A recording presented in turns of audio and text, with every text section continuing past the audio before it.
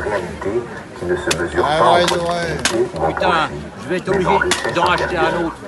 C'est aussi une réalité où l'on vit pour un idéal, pour quelque chose de plus grand que soi.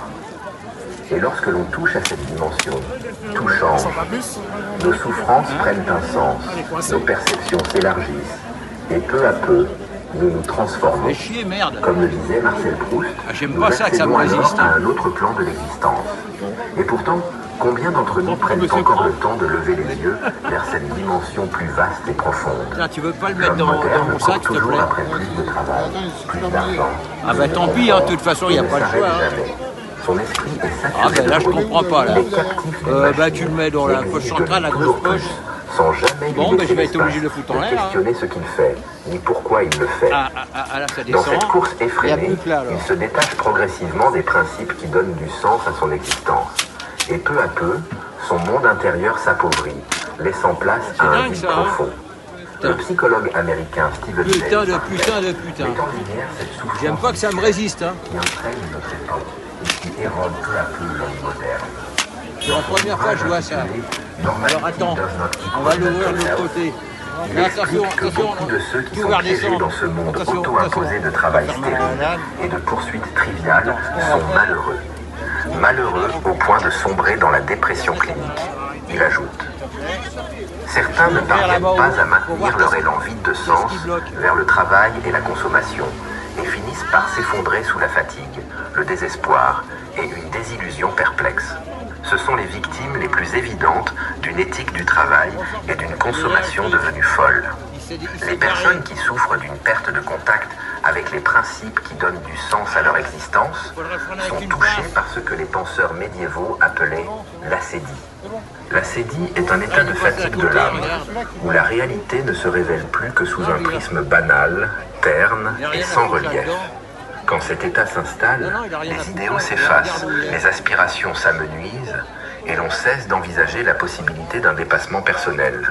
Tout ce qui pourrait nous élever semble hors de portée, voire inutile. La médiocrité devient alors un refuge, une zone de confort qui nous prive pourtant de toute évolution intérieure.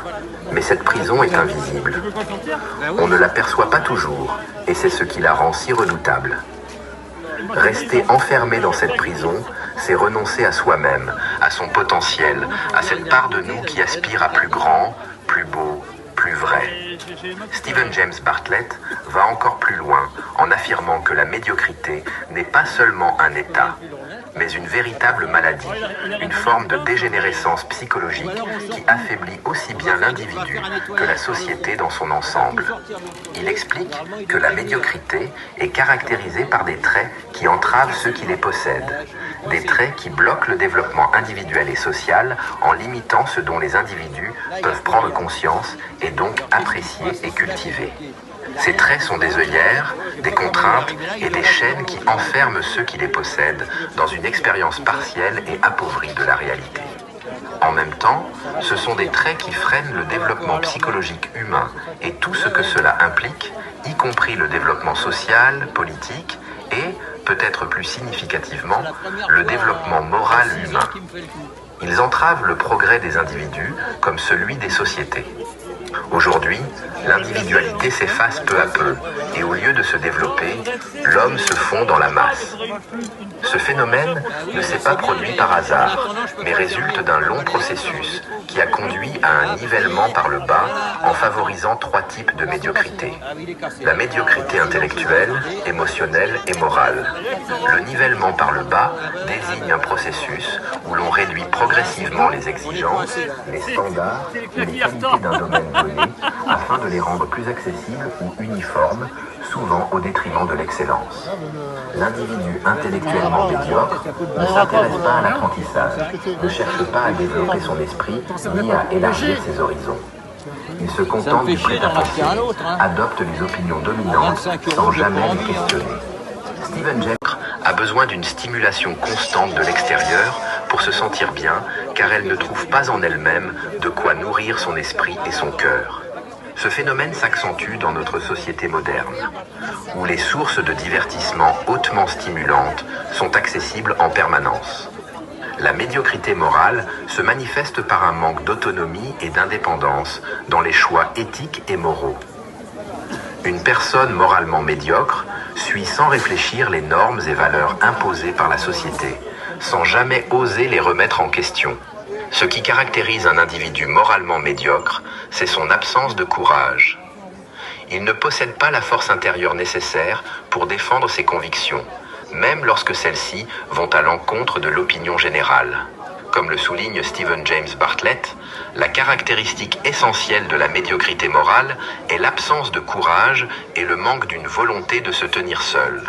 Alors lorsque la médiocrité intellectuelle, émotionnelle et morale se rencontrent, elles forment un individu médiocre. Le psychiatre argentin José Ingenieros, dans son livre intitulé « L'homme médiocre », explique que cet individu manque de traits de personnalité distinctifs qui lui permettraient de se différencier de la société. Carl Jung, dans son ouvrage intitulé « L'homme à la découverte de son âme », a exprimé une idée similaire en affirmant que tant que l'homme vit encore comme un animal de troupeau, il n'a pas de psyché qui lui est propre. En d'autres termes, tant qu'un homme se contente de vivre comme un simple membre du groupe, il ne développe pas une pensée propre ni une identité personnelle. De plus, l'individu médiocre ne supporte pas la responsabilité de trouver des solutions par lui-même.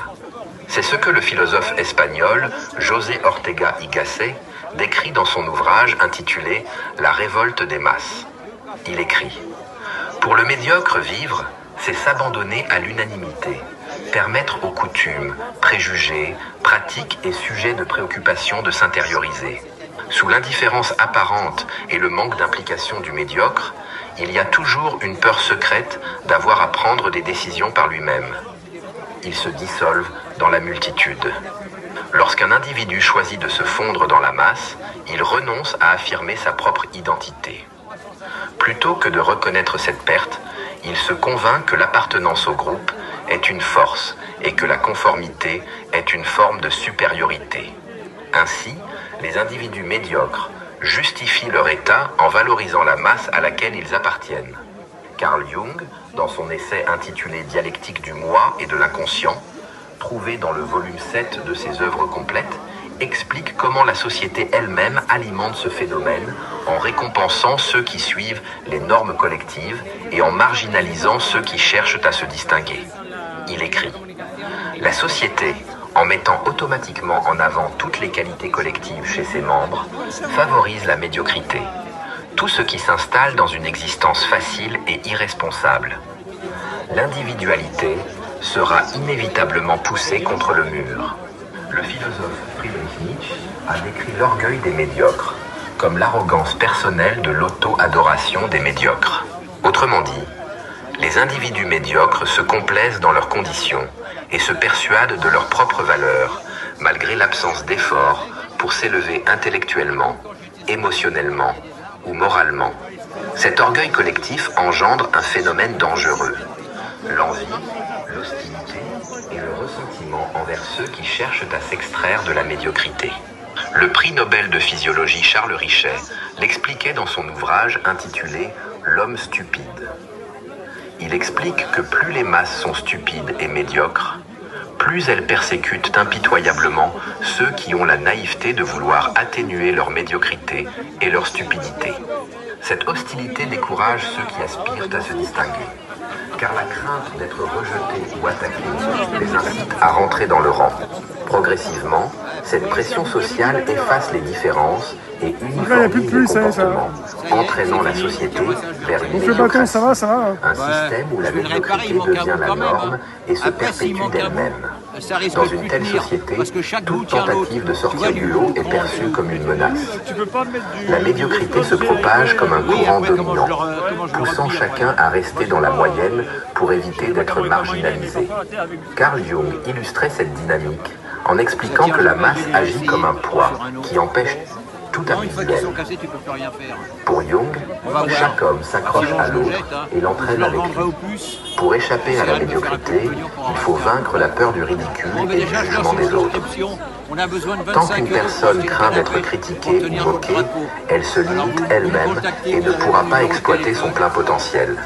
Le philosophe Émile Cioran, dans son ouvrage intitulé « The Trouble with Being Born », explique qu'un homme qui craint le ridicule n'ira jamais loin, en bien ou en mal. Il reste en deçà de ses talents, et même s'il a du génie, il est condamné à la médiocrité. La peur est la porte qui nous enferme dans le château de la médiocrité. Si nous parvenons à la vaincre, nous faisons un pas décisif vers notre liberté. Une fois cette peur dépassée, on peut commencer à s'élever en se fixant un idéal et en s'y consacrant pleinement. En poursuivant quelque chose de plus grand que soi, on entre en contact avec des valeurs profondes, ce qui permet de dépasser le vide intérieur qui définit la médiocrité. Beaucoup pensent qu'il est inutile de chercher à atteindre un idéal, car un idéal est par définition impossible à atteindre.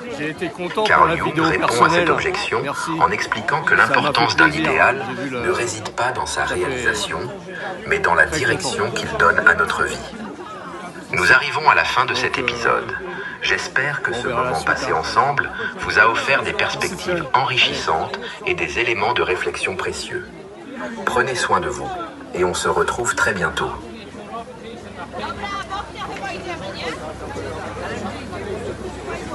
Il y en a qu'un qui a été moi ça me va. Ouais, c'est déjà pas mal.